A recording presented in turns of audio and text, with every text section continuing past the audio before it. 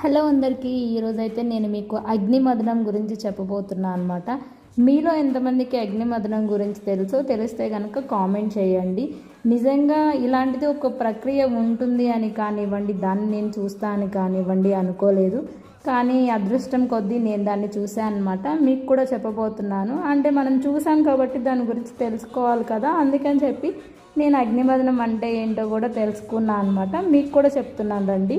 అగ్నిమథనం అనగా యజ్ఞయాగాదులు లేదా హోమాలు నిర్వహించడానికి అరణి అనే 2 ప్రత్యేక కర్రలను ఒకదానికొకటి మండించడం ద్వారా పవిత్రమైన అగ్ని పుట్టించే ప్రాచీన వేద ప్రక్రియ. ఈ ప్రక్రియ ద్వారా పుట్టిన అగ్నిని దైవ స్వరూపంగా భావించి హోమం నిమిత్తం ప్రతిష్ఠిస్తారు.